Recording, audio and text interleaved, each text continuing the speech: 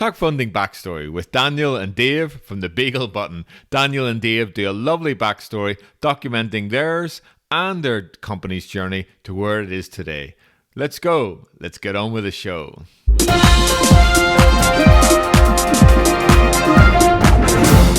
Hello, Talk Funders, and here we are again with Daniel and Dave from the Beagle Button. I'm really going to hand it over to you guys to talk about your entrepreneurial journey of how you've developed the Beagle Button to this point, and also your own journey to get to that point. Okay, over to you guys. Thanks, Alan. This story probably starts where I grew up, which is in Belgium.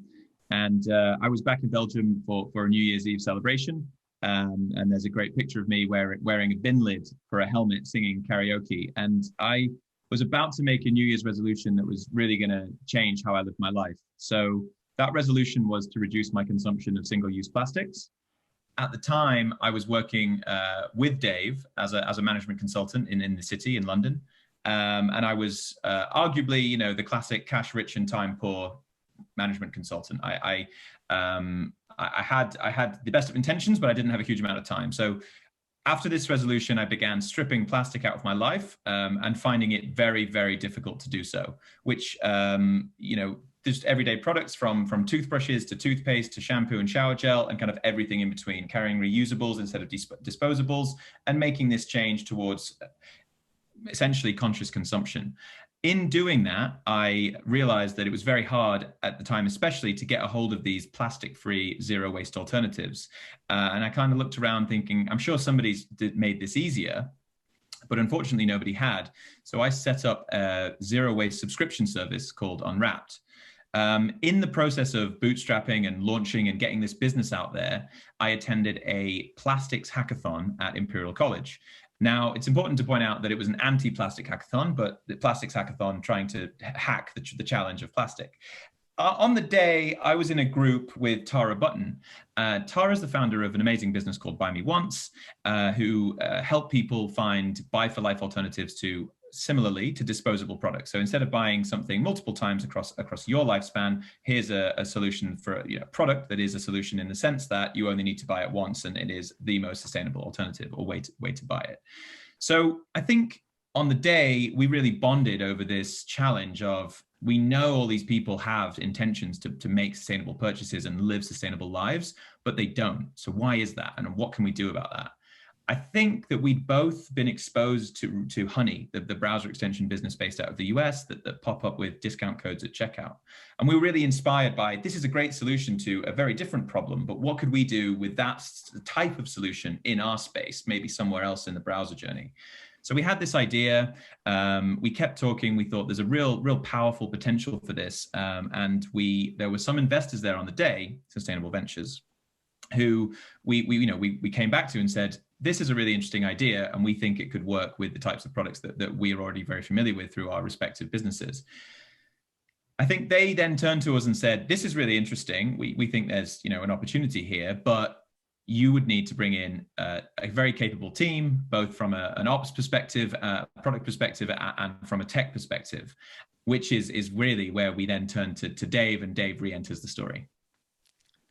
Thanks, Dan. Yeah, absolutely. So I'm going to, even though that's where I joined this one, I'm going to give, I suppose, my origin story, as it were, which begins for me on a beach. I think we sound quite exotic with these stories of Belgium and beaches, but I grew up in Guernsey in the Channel Islands, which is a small island. You spend a lot of time on the beach and in the sea. And I think even as a pretty snotty teenager, I was very aware of our impact on the planet, and we did have a sort of eco and sustainable mindset. So there was one day that we had been on the beach, and at the end of the day, we were leaving. We picked up some other people's rubbish that had been left there. We put it in the bin, and that had triggered a conversation about the reality of people leaving their rubbish on the beach, but the bigger picture of that it won't be there tomorrow, but it doesn't mean it's disappeared. It means that it's in the sea, and it's this plastic waste in particular that's contributing to negative impacts on our planet. So a really passionate conversation for, we were teenagers at the time. And while we were having that conversation about negative human impacts on the planet, my friend was on his laptop and he was ordering something like 200 red plastic cups because he wanted to play a game of beer pong that weekend. So there was a astonishing disconnect between our understanding of this issue of people causing negative impacts on the planet, we were specifically talking about plastic waste. And he was contributing to that through the purchase of single-use plastics. So that really, as a consumer behavior, that really stuck with me for a number of years. As I said, that was a long time ago. I began my career in consulting, which is where Dan and I met. I then left the consulting world and moved into the broader social enterprise world. So originally in energy access, kind of across enabling solar energy across the developing world, but introduced me to this concept of businesses that are commercially viable but have a social or sustainable goal at their core. So then when I came back to the UK and was looking for my next challenge, I suppose it was somewhat fortuitous that I spoke to Dan, because it then ended up being perfectly aligned with my goal, my vision, what I wanted to do with my time, but also with my background of having worked in operations products across a few different businesses at that point. So back over to you, I think, Dan, yeah, bringing us back to almost today. Thank you, Dave. So yeah, so we get Dave in, and I very fortuitously also knew Magnus, who is our CTO. And I think he was interested in the kind of project that he was a freelancer, and he was interested in taking on the right project. And I spoke to him about what we were trying to do, and then he said, "Oh, that's interesting. I could help and build the prototype." So he helped us build the prototype. We brought Dave in and we pitched that to Sustainable Ventures and confirmed our pre-seed round over a fairly rigorous 9-month process with them. But we got the pre-seed round in, as we've mentioned, and we've taken that money essentially to create and launch a beta version of the product, which we've now got over 1,000 people using. And if anyone would like to, who's watching, please do install it and take it for a spin. We'd love to hear feedback. And we've also, on the other side of that, we've built a database of over 1,000 sustainable products and services. That database is big and it's growing. And what that allows us to do is understand when you're shopping, when you're on a retailer site, and then anonymously understand the product that you're looking at, match that with a sustainable alternative in our database, and pop up with that in real time. So today, that's where we're at. We're fundraising on Seedrs to take that beta to public launch, which we're looking to do as soon as possible. And then I think it's really, where do we go from there? So we have always seen the browser extension as the first of many products.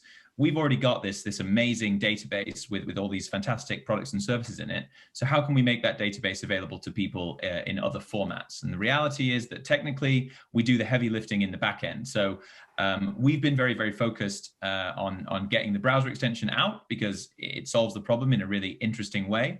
But really, it's the first of many products, and that can be what we've built technically can fit really nicely into any number of interfaces. For example, an app or an e-commerce platform that is available to search. So bringing the same fantastic products and services, but to users, but in different ways.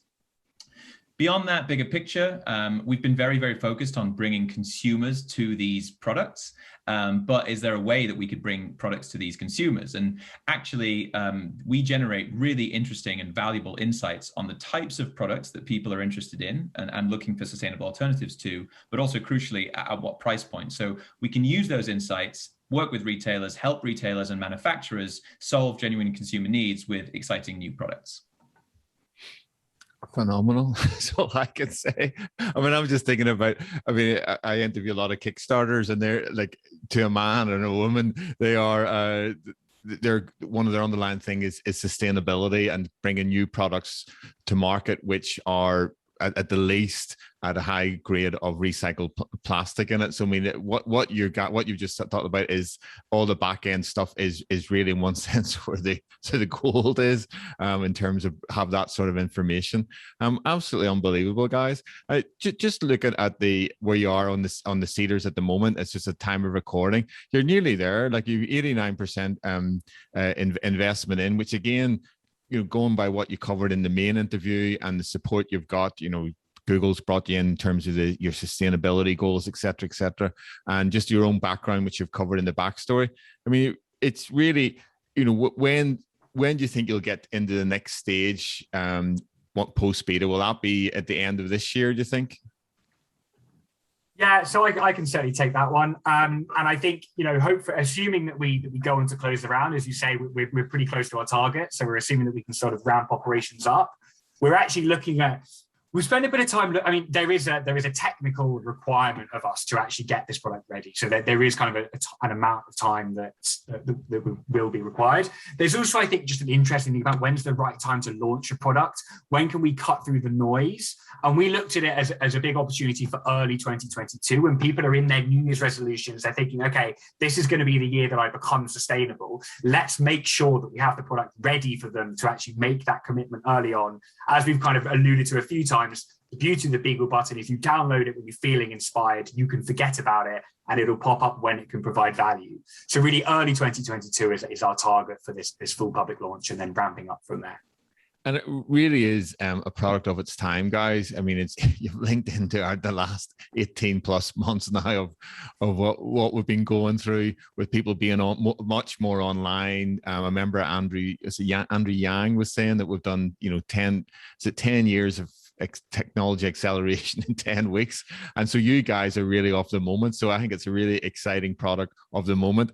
And I just love that in your some of your taglines is the Beagle Button will sniff it out, which basically will get you to the most sustainable product that it aligns with your values. And I just love a way you can set the different preferences in terms of what you're actually allowing the consumer themselves to define what they mean by sustainability, which I think is lovely, because it really is, the whole ethos is consumer focused and what the consumer wants, rather than you people coming in and telling them what they want. And I love, and maybe just say a little bit more about the emphasis of what you've got. It seems to be a very enriching engagement with the community, with that engagement of your 1,000+ beta testers.